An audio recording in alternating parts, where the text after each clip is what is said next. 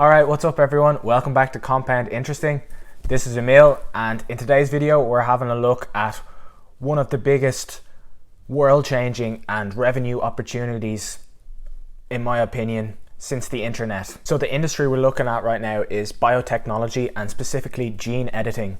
And the company we're going to analyze and I'm going to work you through today is CRISPR Therapeutics, which is dealing with gene editing using CRISPR Cas-9 systems. To be honest, I haven't seen such an enormous opportunity since I studied blockchain technology a few years ago.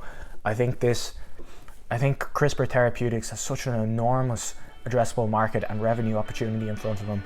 Like I researched this stock today in the last few days and it's absolutely blown my mind. And no word of a lie, I'm so excited to bring you this information today. So before we get started, I just ask that you smash the thumbs up button. It really helps to get the small channel off the ground. Subscribe, blah, blah, blah, blah, blah. Hit the notification bell, small channel, so it won't appear in your newsfeed unless you hit the notifications. All right, so we have a huge amount to cover in today's video, so I'll try and be fast because there's so much information that I want to share with you in today's video. So first we're gonna look at very quickly how gene editing works, just to get an idea and a picture of how it works. Then we're gonna look at the revenue opportunities and the opportunities that CRISPR Cas9 systems, what world-changing opportunities they're going to completely disrupt. Then we're going to have a look at the numbers and what the actual revenue opportunity is for these companies and for this industry. And then finally, I'm going to give you my opinion on CRISPR, and we're going to have a look at the balance sheet, etc., etc. And I'm going to tell you exactly what I'm doing in regards to CRISPR, this speculative stock here.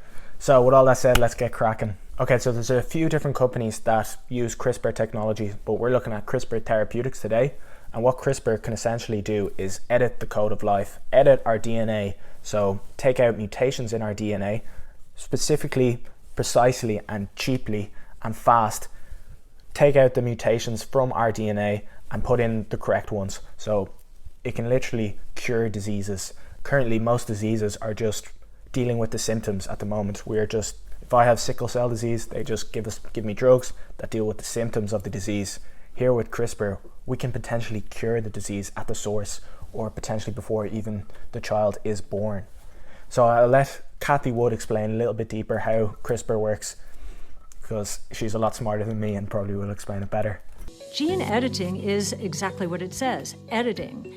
It's cutting, activating, silencing, regulating. We call it the molecular Swiss Army knife. In essence, gene editing can reprogram the mutations in our DNA.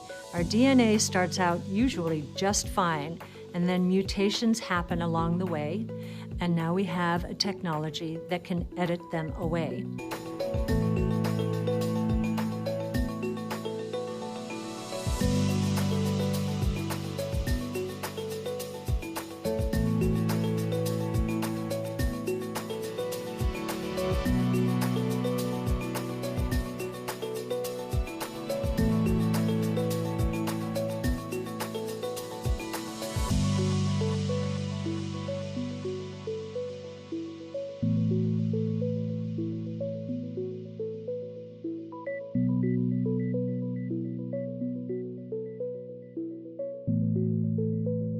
So I actually heard about CRISPR technology on the Joe Rogan podcast. I don't know if anyone else heard about it there with genetic designer babies, which I'll get into towards the end of the video. But it only really came to light to me as an investment opportunity when digging through ARK Invest's research papers and white papers. So if you want to find out more information in kind of a reading format, I'll link the white paper, a couple of white papers in the description provided by ARK Invest. So that's a great place to look if you're ever researching kind of these speculative companies. Usually a lot of the time they'll be in ARK Invest.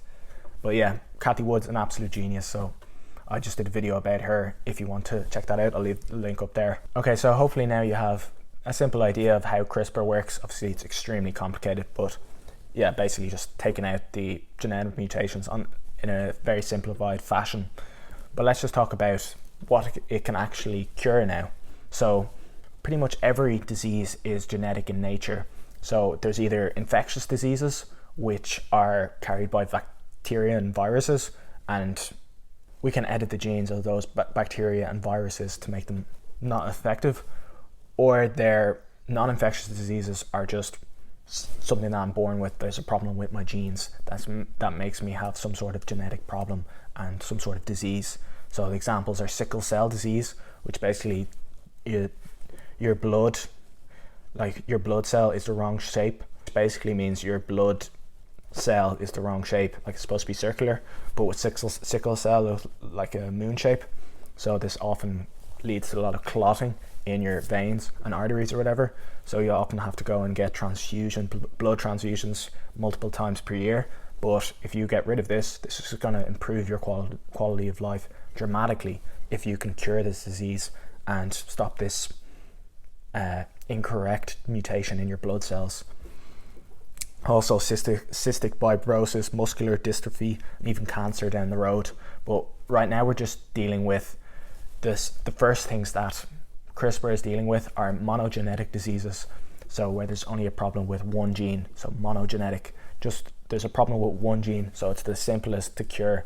Sorry, I just realized I'm speaking so fast, but I'm just really excited about this stock, so sorry if that's annoying you. So there's monogenetic diseases, which are quite rare, and they make up about 5% of all diseases worldwide. So we're just going to be dealing with monogenetic diseases to begin with over the next number of years. So CRISPR have just started human trials for like these things like sickle cell disease. And monogenetic diseases currently only 5% are curable, but with CRISPR all of them could potentially be curable.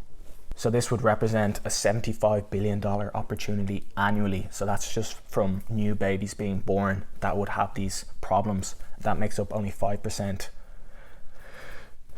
of all diseases, the monogenetic ones. So $75 billion annually of new babies, and we're not even talking about all the people who are currently living with these diseases. That would represent a one-off total addressable market of $1.9 trillion to help all those people who currently are living with the disease. So some huge numbers there, and that's only 5% of all diseases worldwide. So let's keep going and we'll see where CRISPR potential is really going. Sorry, I was wrong. Monogenetic diseases only make up 2% of diseases worldwide. Polygenetic diseases make up the other 98%. So you can see if there's $75 billion annually from monogenetic diseases, if we can eventually get CRISPR working for polygenetic diseases, the revenue opportunity and improvement for the entire world opportunity is enormous. To give you a sense of how important this is, only 5% of the monogenic diseases, so the diseases caused by one gene, only 5% of them are treatable today. With gene editing, all of them potentially will be treatable. And then beyond that, monogenic is only 2% of all the genes out there. So if I were to tell you that if we were able to solve all the problems for people with monogenic disease, that's a $2 trillion opportunity, can you imagine how big the polygenic opportunity is going to be? This is really one of the most exciting investment ideas we have ever experienced. All right, so now you're kind of getting a picture of the potential for diseases, but that's not where it stops with CRISPR. Now let's look at some other opportunities that CRISPR can improve the world with, and with it the enormous amount of money that will come with it. So I'll just mention CRISPR stock is actually up quite a lot because and I'll just mention that CRISPR stock is actually up quite a lot recently if you're looking at the stock chart, and that's because they've had some positive results for the human trials that they've been doing over the last couple of years. So they have 2 human trials currently in motion, and the results are looking pretty good, very good actually. And they've also done a lot of animal testing, which were all looking good as well. So that's why the stock is up recently.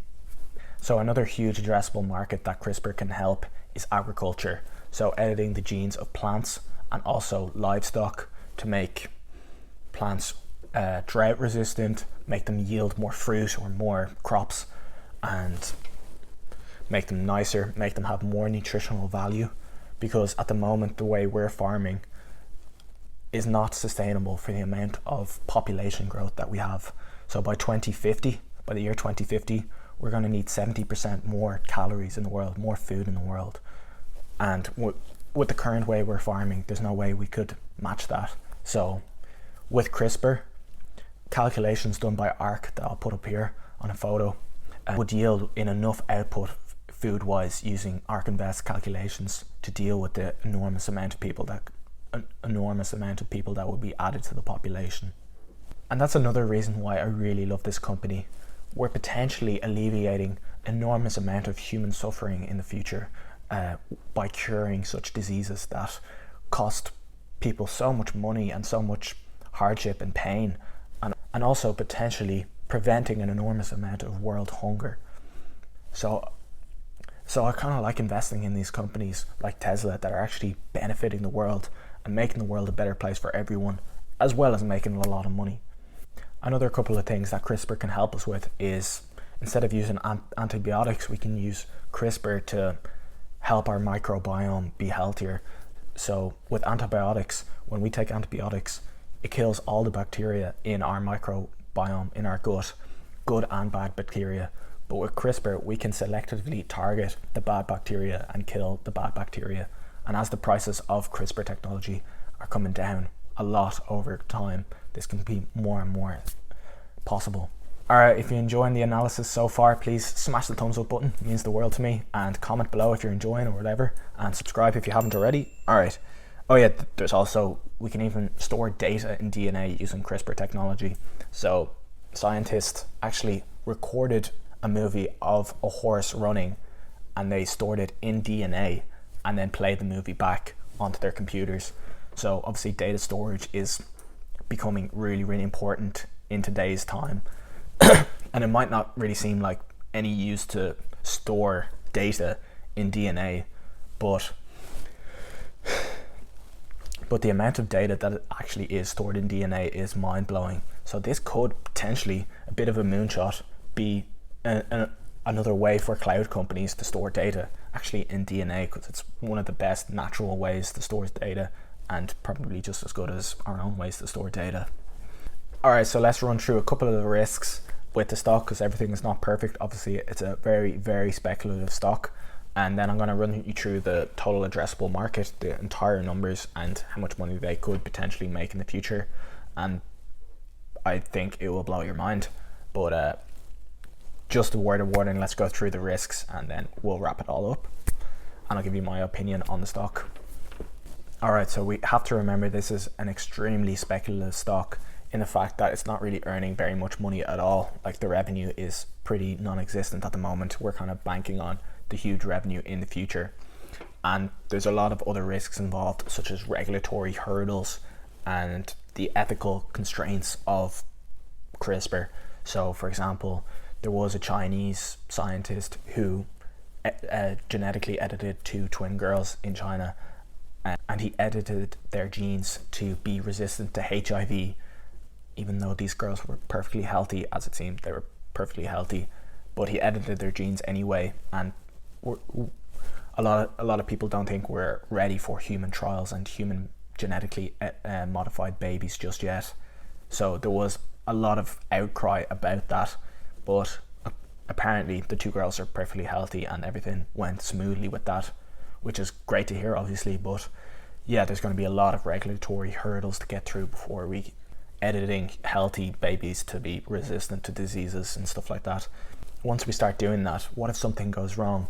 We don't even know the implications of, if we edit germline cells which are involved in reproduction, we don't know if there will be any consequences down the road after a few generations. If we've edited those genes that would be passed on, we don't know if there be some sort of malfunction down the line. There's going to be a lot of testing required, and this is really not a overnight thing. This is really going to take a long time and a lot of testing, so just keep that in mind. The stock is going to be enormously volatile. It's either going to go to zero or it's going to be really volatile on its way up to many billions in market cap, in my opinion. My personal opinion, I think in the future it will be unethical to not use CRISPR technology on babies, especially if they're especially if they have some sort of disease. I believe it'll be unethical to not use CRISPR technology to cure that disease before they are born. And I think it will be so normalized. I know it seems crazy right now, but in my opinion, I think it will be very, very normal to edit the genes to make babies the way we want them or make them perfectly healthy. I think it'll be unethical. Personally, I know some of you might think it's absolutely outrageous, but I think it will be unethical not to edit babies' genes if CRISPR can pull everything off, and that's a big, big if. All right, so there's another potential risk is that CRISPR Therapeutics isn't the only company who have the patents for research in CRISPR technologies, and there will be loads of companies doing it as well. So there's not just one company that you can invest in, there's a few. However, Cathie Wood doesn't seem to think that this is a huge problem, as there will be a lot of cross-licensing in her opinion. And just to add to that, CRISPR Therapeutics is the largest holding in ARK Invest's ETFs in the CRISPR space. So I'm looking at CRISPR Therapeutics as I trust their choice, as they're way smarter than me and they've done some extreme research into this industry. So I'm going to put my eggs into that basket that they've chosen. We have focused on those companies with the best patent positions in the CRISPR Cas9 space. There are 3 companies that have those patents primarily. They are Intellia, Editas, and CRISPR Therapeutics. They are involved right now in a lot of patent fights or disputes. And what we believe will happen for the good of mankind, and because it makes good business sense, we believe that this space will be characterized now or soon by a lot of cross-licensing activities.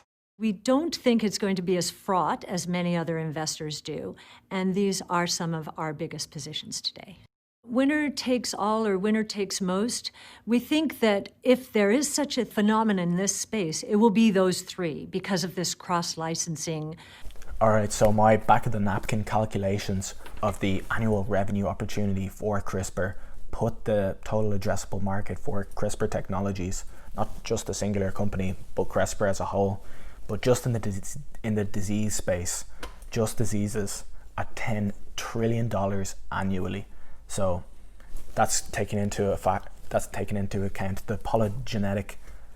So that's taken into account the monogenetic and the polygenetic diseases, and if they're all potentially being able to be cured in the future. So I got that number using a lot of ARK Invest calculations and kind of extending it out to the total addressable market in the future. So just to put that into perspective, how much money $10 trillion is, that's on the order of how much the entire tech industry earns annually at the moment. So I think I'm not looking at 2 years from now, I'm looking like 10, 20, 30, 40 years from now. But I think there is that enormous revenue opportunity, and that's just for the diseases. I haven't even taken into account the potentiality for designer babies. Like, I know that's really, really controversial right now, but I think that will be potentially normalized in 20 years time. But that would be a huge revenue opportunity as well. So there would be genetic babies. I didn't take into account the agricultural revenue potential as well. I didn't even take in the people currently living with diseases. So that would be like a one-off revenue source for CRISPR technologies or CRISPR companies, that they would have to fix all the people who have the curable diseases who are living now. Right? I'm just talking about the new babies being born. So let's look at some numbers. So with a market cap of $5 billion currently, $5.5 billion, if we're getting you're looking at a 1000x if CRISPR Therapeutics captured 50% of that market. It would put it at a market cap of $5 trillion if you have a price to sales ratio of 1. Now, obviously that's insane. Like, I don't think it's going to capture 50% of 10 trillion, and 10 trillion is obviously the total addressable market, so it's not gonna, probably won't get that high. But even a price to sales of 1, like, it's more than likely gonna have a price to sales higher than 1. So that would also mean that if it had a price to sales of 4, then, which would kind of be fair, which is kind of a fair price to sales ratio for groundbreaking companies, that would put it at a market cap of 20 trillion. So that would be a 4,000x. So for every, if you put in $1,000, you get 4 million. But that's the absolute maximum. But say they captured 10% of that total addressable market, CRISPR Therapeutics, that'd be a 200x. So not shabby at all. And I think that's actually possible. So I'm looking at this stock at a 20 to 40 year time horizon. I'm not looking at it like Kathy Wood as a 5 to 10 year play. And I'm not looking at it like the average normal retail investor or investing fund at a 1 to 2 year investment idea. I'm looking at a 20 to 40 year time horizon, and that's where I'm getting those numbers. So I'm kind of imagining this industry to be technology in the 80s or the 90s, like I mentioned, and to be investing in CRISPR right now is like investing in Apple in the 1980s. And Apple in the 1980s was 30 cent adjusted for stock splits or whatever. So yeah, since 1980, Apple has 1000x'd from 1980 to now. So just keep that in mind, like 1000x over 40 years is possible. But I think even if we don't get those enormous growths, we can still definitely see a 10x plus easily. So that's why I'm really excited about this stock. So my comparison to Apple, like I think people will be even more willing to pay money to rid themselves of disease than they will be to buy a new iPhone or to go on Facebook. So I think the revenue opportunity is just as high as for the tech industry like in the 90s. So I think that comparison is fair, because I think it will have an even bigger impact on human life than technology potentially. So I think that's a fair enough analogy. All right, so with a market cap of 5.5 billion, 20% is held by insiders. They have $1 billion in cash. So that like basically means you're getting the company for $4 billion because they have $1 billion in cash. Well, $4.5 billion. They have $0.1 billion in debt. So very good balance sheet.